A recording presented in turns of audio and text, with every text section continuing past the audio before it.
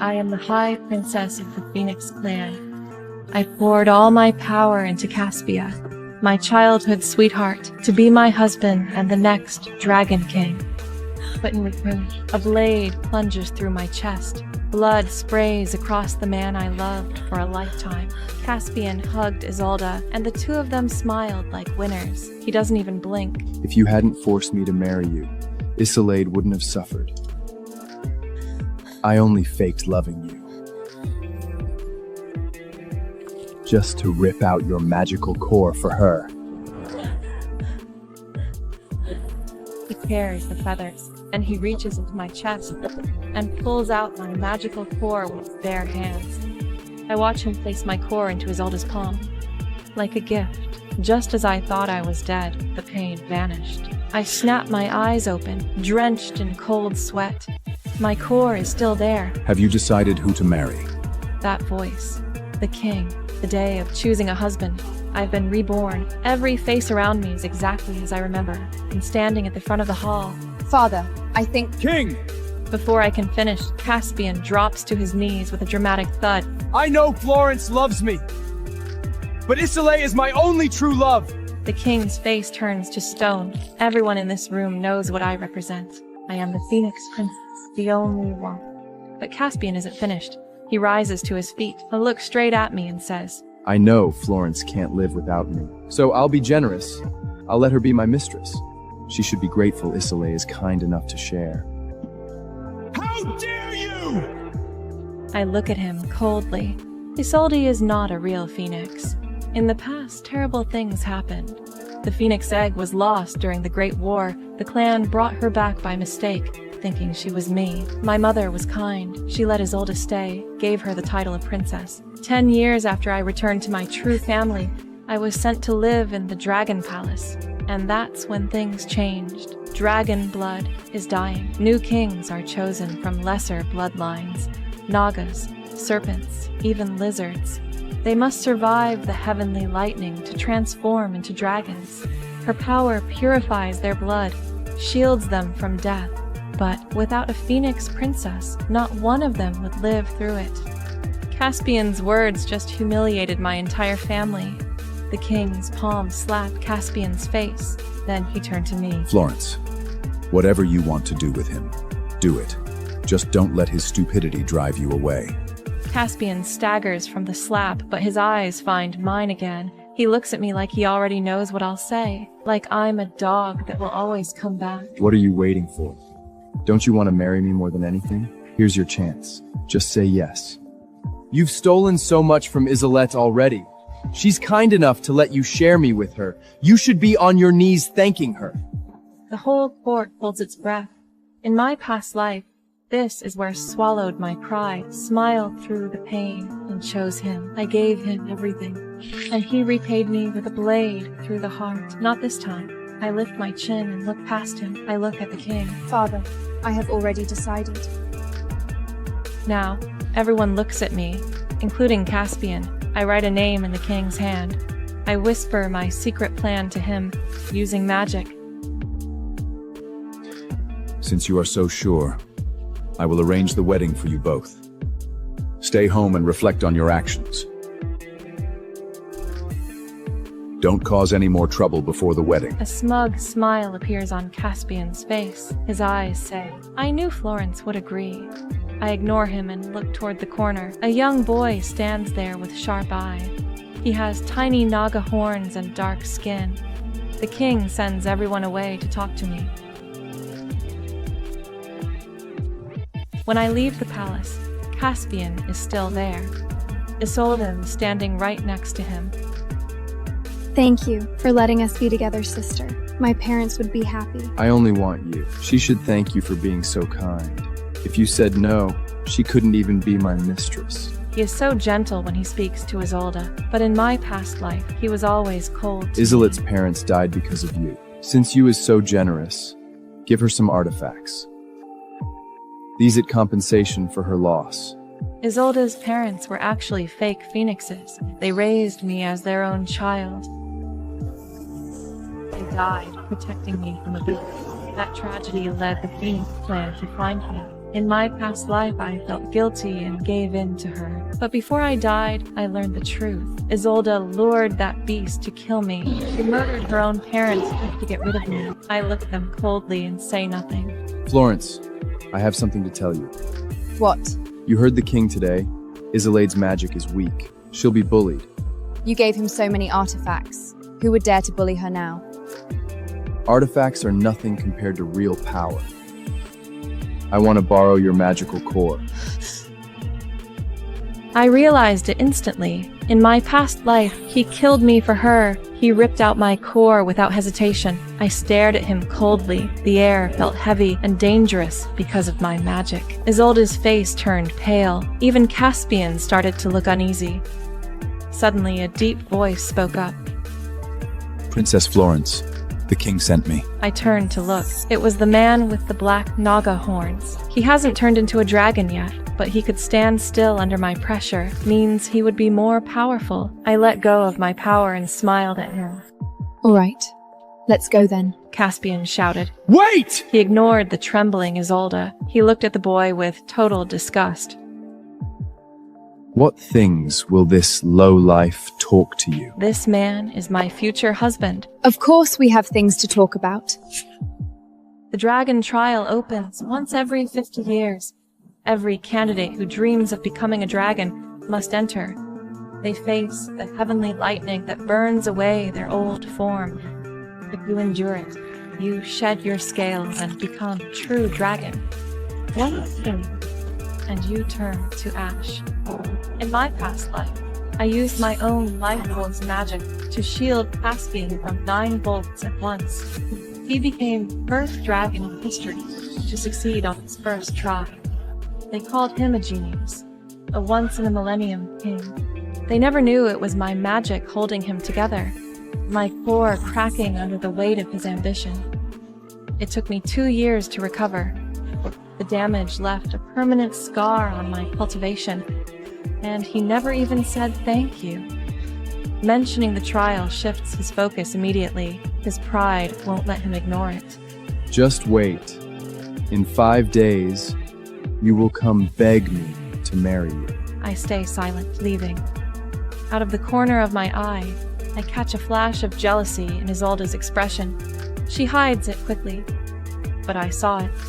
They walk away together, like the perfect couple. I turn to the boy standing quietly beside me. He straightens instantly. Arthur, the king told you everything about the trial. I turn to face him. So I need one honest answer. Are you here for power, or is there another reason? He doesn't answer right away. The wind moves through his hair, then he drops to his knees, both hands flat on the ground, like a vow made to the world itself. Princess Florence, if I ever betray you, in this life or any other, let me die the cruelest death imaginable. The sky answers. Thunder rolls, shaking the air in my chest. A single bolt of lightning splits the clouds open, then silent. He used his magical core to seal it. This isn't words. This is his life, signed over to a promise. He stays, kneeling, waiting. I reach to the sun. A strong wave of magic shows. A Phoenix royal pendant rests in my palm. I look at him. I haven't decided yet whether to give it to him. Something stirs in my chest. In my past life, I watched 100 men make promises to me. Sweet words, grand gestures. Not one of them made it. But this boy, this quiet, overlooked, low-born Naga, just bet his life on a single sentence. I released my hand, kneel down and tie it to his waist myself. Believe you. His eyes widen, his lips part, but no sound comes out. His hands are trembling. I pretend not to notice. I return to my palace. The moment I step through the gate, my little bird spirit comes running toward me. Princess! Princess! Come quickly! They're chopping your tree! I look up and rush to the main courtyard. A sycamore. A tree I spent 10 years growing. 10 years of watering it. It's been chopped down to the roots. The trunk lies on its side like a fallen body. Caspian stands beside the stump, arms crossed, without a trace of remorse. My mother gave me that tree the day I left the Phoenix realm. I was scared. I didn't want to leave home. She pressed a tiny seed into my palm and said, The sycamore is the home of the phoenix. Wherever you are in this world, wherever they send you, as long as this tree stands, you are home. It was so small when I planted it, just a wisp of green in the dark soil. 10 years, every single day. And now it's gone, destroyed in a single afternoon by a man who never loved me. How dare you cut down my sycamores! My voice shakes with a fury so deep, Caspian doesn't even look at the stump. It's just a tree. I cut it down. So what? He gestures lazily to the empty space. Isolet likes phoenix flowers. He looks at me with those cold, commanding eyes. From now on, you will only grow phoenix flowers here. I look up and rush to the main courtyard. The sycamore, a tree I spent 10 years growing, 10 years of watering it. It's been chopped down to the roots. The trunk lies on its side like a fallen body. Caspian stands beside the stump, arms crossed, without a trace of remorse. My mother gave me that tree the day I left the Phoenix realm. I was scared. I didn't want to leave home. She pressed a tiny seed into my palm and said, The sycamore is the home of the phoenix. Wherever you are in this world, wherever they send you, as long as this tree stands, you are home. It was so small when I planted it, just a wisp of green in the dark soil. 10 years, every single day. And now it's gone, destroyed in a single afternoon by a man who never loved me. How dare you cut down my sycamores! My voice shakes with a fury so deep, Caspian doesn't even look at the stump. It's just a tree. I cut it down. So what? He gestures lazily to the empty space. Isolet likes phoenix flowers. He looks at me with those cold, commanding eyes.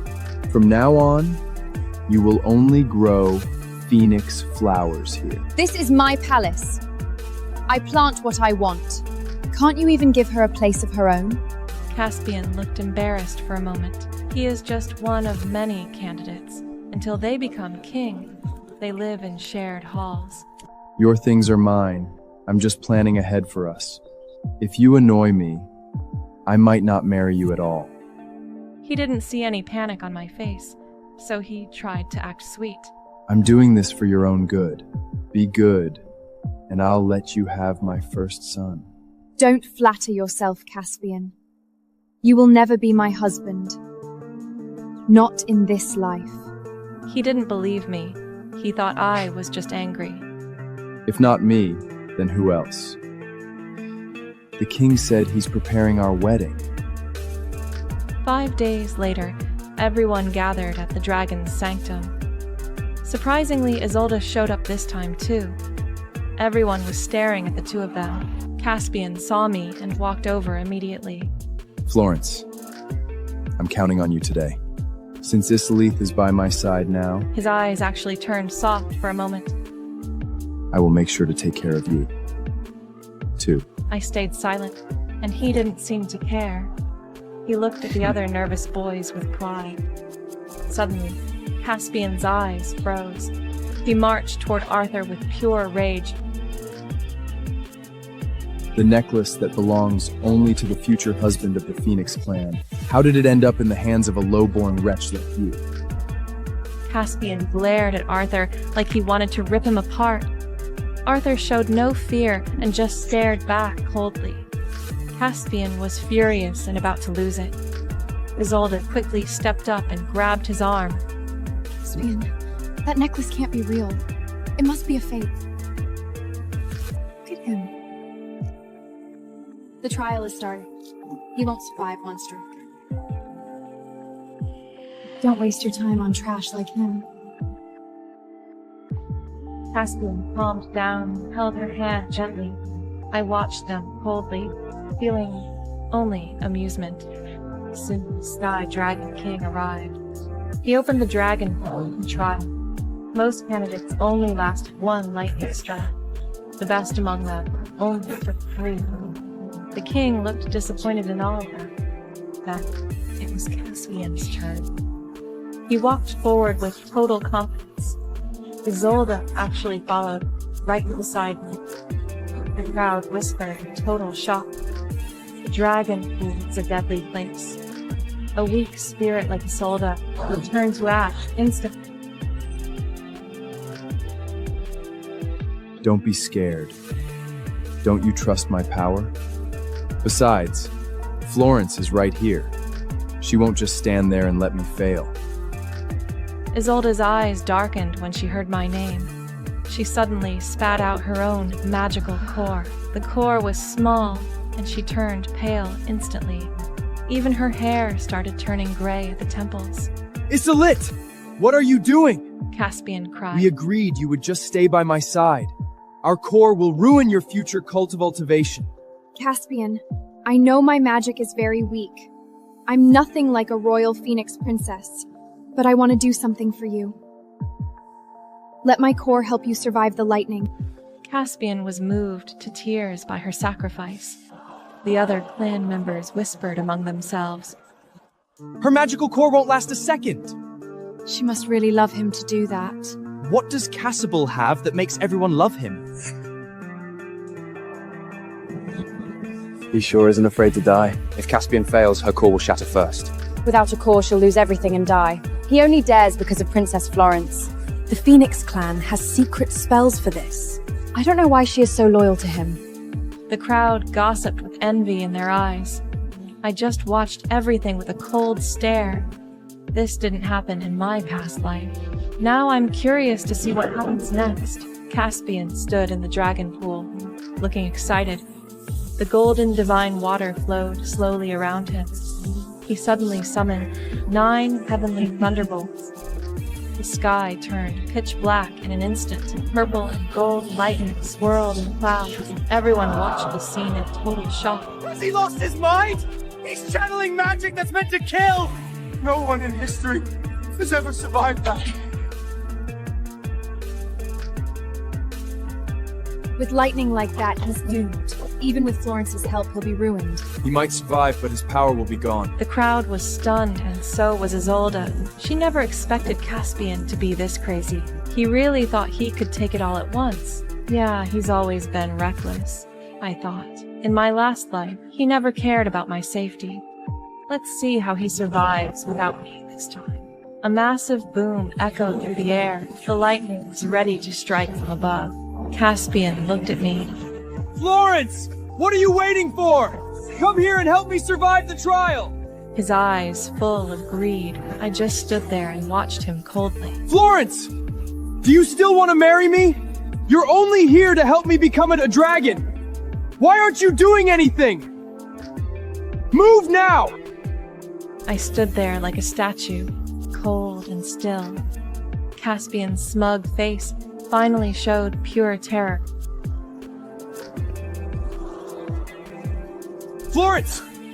This isn't the time for jokes!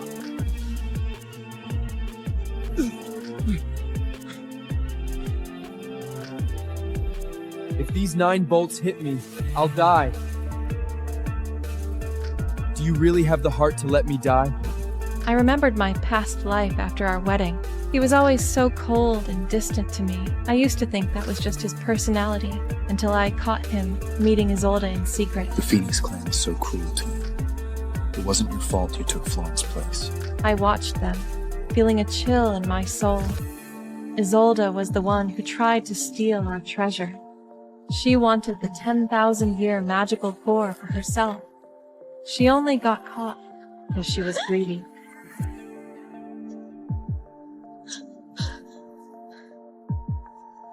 My parents only spared her because she begged. If she hadn't cried, she'd be ash by now. Caspian knew the truth back then. Gertie. But now, he was blaming me for everything. In my past life, I wanted to confront him, but suddenly a sharp pain hit my stomach. It felt like fire was tearing my organs apart. I rolled on the ground, screaming in agony. Then, a pair of white leather boots appeared. I looked up and saw Caspian with a sword. He watched me suffer with cold, dead eyes.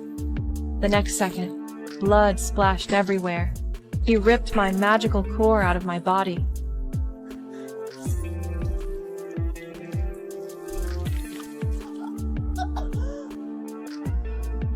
Thinking of this makes me want to kill him. The lightning above finally locked onto him. Caspian realized something was very wrong. Florence. He stamped before he could finish. The first bolt struck. The purple gold lightning crashed hard. It hit Caspian with the force of a mountain. He summoned 9 bolts at once. Each one was 10 times stronger than normal. Caspian was so panicked, he forgot to defend. He screamed and coughed up a spray of blood. Isolde shrieked in horror. In an instant, her tiny magical core shattered. All her magic energy drained away. Her face turned pale, and blood leaked out.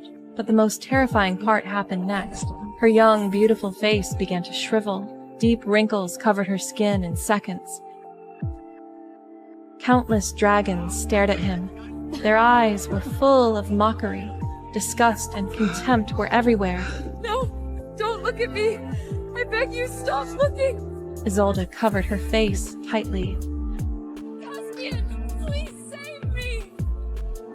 But Caspian could not help. The lightning broke his spirit. He fell to his knees.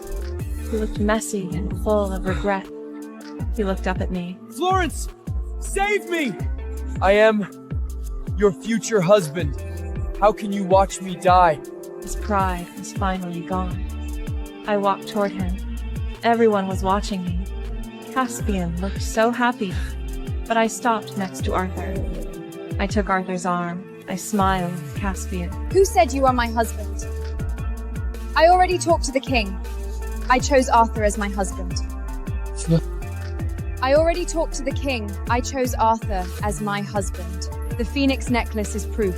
The crowd went dead silent. Then everyone started screaming.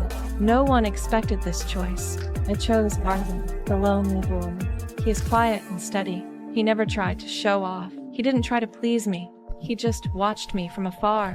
When we met eyes, he blushed. In my last life, I saw his love. He risked death to bury me. That's how I knew he loved me. Many men want me for power. They want the Phoenix throne. They want to rule dragons. But Arthur is different. I looked back at Caspian again.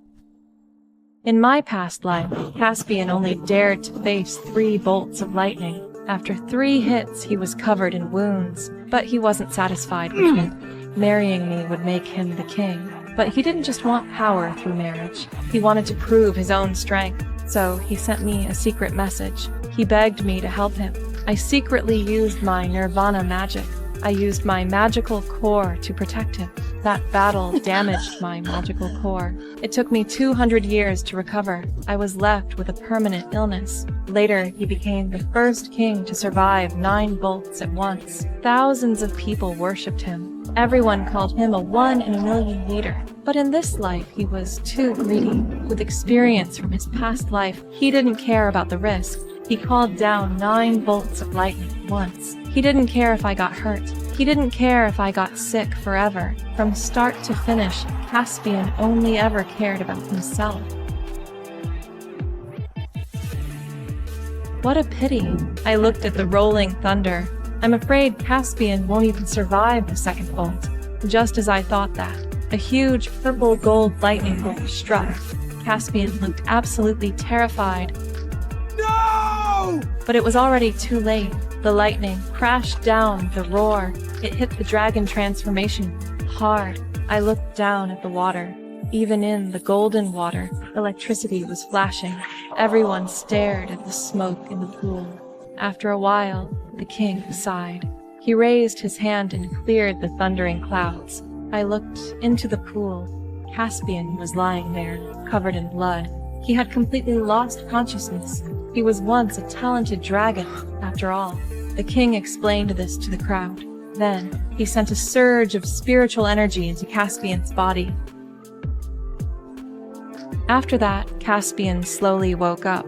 Servants pulled him out of the pool. Before, they respected him because I loved him. But now he is powerless and badly hurt. The servants treated him carelessly. Their eyes were full of contempt. Caspian had someone to save him, but Isolde was not so lucky. She gave her magical core to Caspian. Now that the core was shattered, she aged instantly. Isolde cried bitter tears as she grew old. She tried to speak, but in the noisy crowd, no one listened to her. This time, Caspian finally became smart. He didn't ask me for anything. He just stared at me blankly. The king looked at me. I nodded at him casually. I was the one who told the king to save Caspian. Caspian noticed this small movement immediately. His eyes lit up suddenly. He stumbled toward me. With a loud thud, he knelt down. Florence, I was wrong. His face was full of regret. Florence, please forgive me. I only want you now. I will love you with all my heart. I won't have any other desires. I stared deep into his eyes. He held his breath in fear. I lifted my foot, kicked him. Caspian looked totally shocked. I leaned down to his ear. I could smell his intense fear. I whispered to him, word by word. In our past life, when you cut out my magical core, did you ever think of today? His pupils shrank instantly. His whole body went limp. He stared at me in disbelief. Back at the ceremony, I realized Caspian had also been reborn. I didn't look at him again. I led Arthur to the pool. I will stay with you. But he stood there frozen. What's wrong? Everyone was watching us. Even the king looked confused. Caspian's eyes filled with malice. He doesn't want you, Florence. Do you think everyone loves you? Arthur's eyes were so gentle. They were filled with deep love. Princess, let me try alone. I was stunned for a moment. He gently squeezed my hand. His lightning is dangerous. I know you are very strong, but you are Phoenix. If you get hurt by lightning, it's a damage reborn. I don't want that for you. I looked into his serious eyes. My heart skipped a beat. Before I could think clearly, Arthur let go of my hand. The golden water moved as he walked. Arthur sat in the pool. His shirt was soaked through. You could see his muscles. The thunder began to gather. People watched with admiration. Then they looked disappointed. Why is there only one bolt? Next second, the bolt struck. It was like a flying dragon. It crashed into the pool. Everyone was shocked. This first bolt was terrifying. It was stronger than others' third. It proved his power was deep. The scoffers were now stunned. I couldn't help but smile. In the past, he took 5. One by one, the bolts fell. After the 5th bolt hit, I thought he would get up, but he sat still like a mountain. Arthur? I looked at him with worry. He was covered in wounds. He had reached his limit. He just smiled at me. I can do it. He signaled. Huge light crashed down. I waited, feeling nervous. After a few seconds, it cleared. He surpassed his past life. He took 6 bolts alone. He's now the top dragon.